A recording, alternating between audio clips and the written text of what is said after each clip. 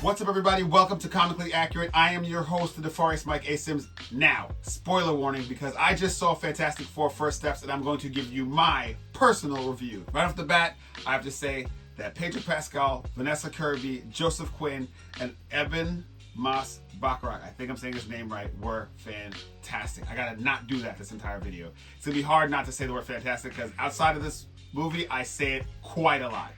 First and foremost, though, I will say that as far as the comic accurate depiction of Reed Richards, this was the best. No shade to Ian Gifford or anybody else who ever played him, whether it's in live action or voiceover work, but this is the Reed Richards that I see in the comics. The person who, despite all of his brilliance, is just one logistical rationalization of something really messed up away from becoming full-blown villain.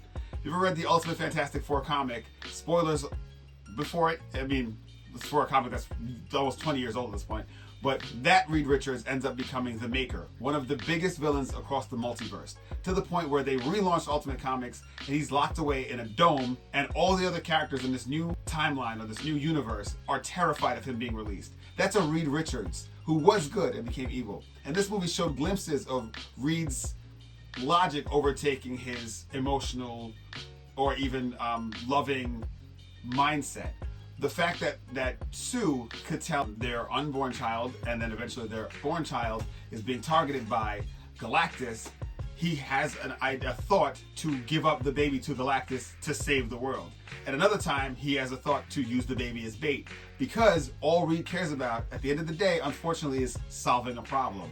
And that has led to him making some huge mistakes in the comics, whether it's sending Hulk off-world with the Illuminati, or essentially, like I said before, becoming the Maker.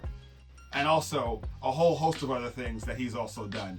During the Civil War arc, the original one with Iron Man versus Captain America in the comics, Reed Richards was a big part of that, and it led to the Fantastic Four essentially splitting because of his actions.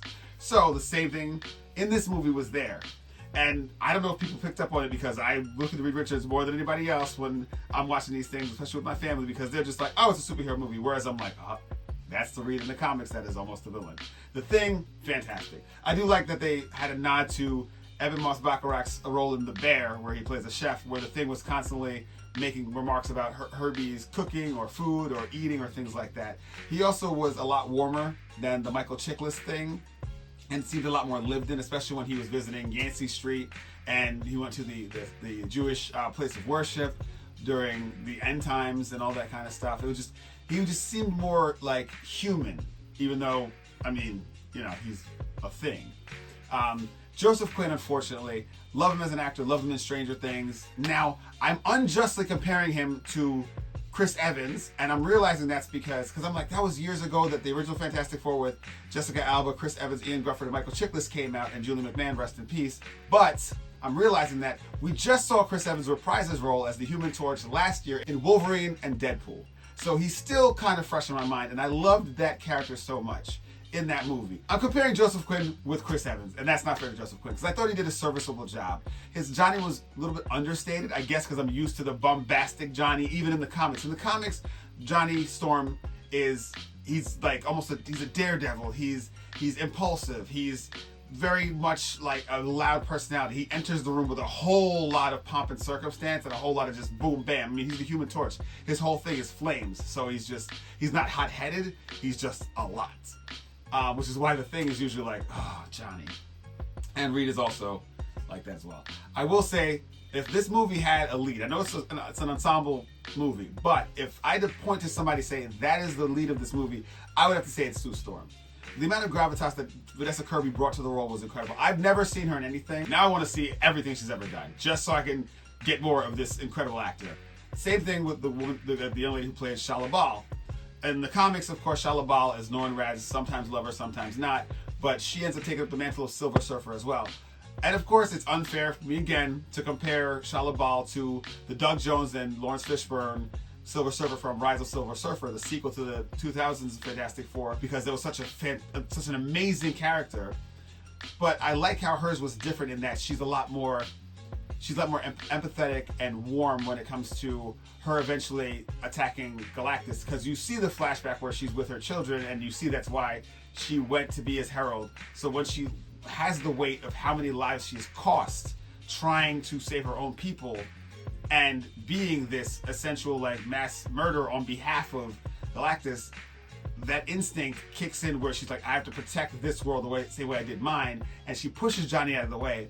Whereas the Silver Surfer in the early 2000s movie was more or less had to like theorize and be philosophical and kind of like look inward and figure things out, and she was more just a raw emotion and just impulse in like the best way. And she was also way more of a warrior than Silver Surfer ever was in the early 2000s movie. So she was actually surfing along lava, surfing along cloud particles. She was amazing.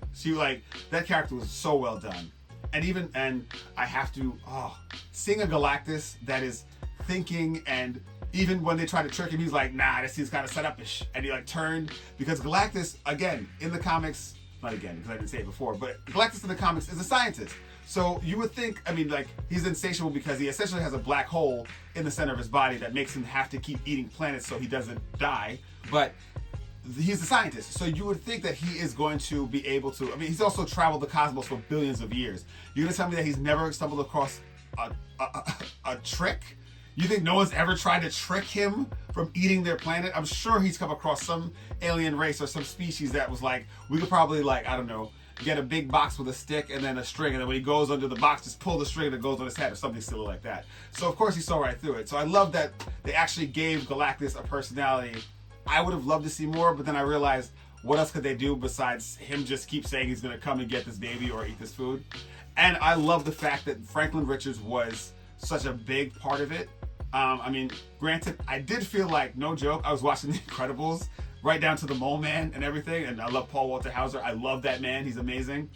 But Galactus going after the baby, and the baby eventually saving the day when he resurrects Sue, was like, oh, so we really are watching a live-action Incredibles, which is not a bad thing. That's a fantastic comparison to have. I gotta stop saying fantastic.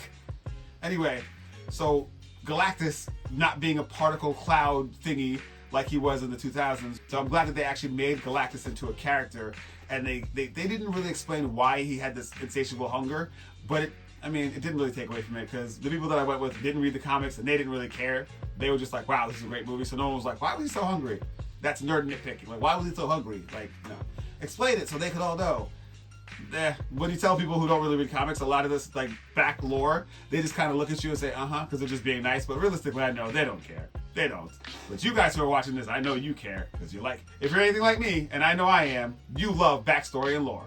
The button on the end of the two post-credit scenes, I did like the last post-credit scene that paid homage to the 60s and 70s Fantastic Four, Spider-Man, Iron Man cartoons they had that weird run where the butt sticks out and the legs move really fast, like the Scooby-Doo gang, or even like Super Friends, which is DC, I know.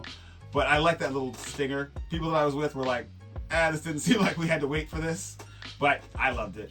But Dr. Doom, not showing the face, popping up to interact with Franklin Richards, who is an Omega level mutant who could literally recreate realities. In the Secret Wars comic, after they defeat Dr. Doom, spoilers, Franklin Richards is standing there next to his dad, just chucking out new universes and new realities like it's nothing, just talking to his father casually. That's how powerful. He's a boy in this. He's like, yeah, do you think that these people are going to appreciate these universes we're just making? And I'm reading this part of the comic like, this is such a big, you're making, this boy is basically God. He's making life and just talking to his dad like it's nothing. But, seeing Dr. Doom interact with Franklin, I'm like, wow, this is incredible. Now, was it Robert Downey Jr.? In my nerd brain, it was. It was probably a stand-in, but why ruin the magic? In my mind, when I tell the story to my kids and their grandkids, they'll say, when Grandpa went to see Fantastic Four, that was Robert Downey Jr. who played Dr. Doom in that scene where we didn't see his face and nobody turned around. And my great-grandkids will say, Grandpa, what is a movie? We only watch holograms. But either way, this movie was well worth the wait. It was well worth, from that announcement, gosh, I want to say 4 or 5 years ago, whenever it was that they had that Marvel acquired Fox, and they were like, yep, Fantastic Four is coming. Ever since that first logo popped up and I lost my mind, even before all the casting and everything, from then to now was well worth it. And you could tell that time, care, patience, and love went into this movie.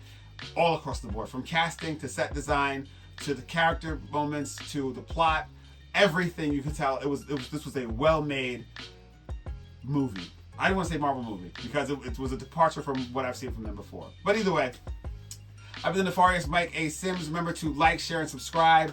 Comically Accurate. We'll be doing way more stuff.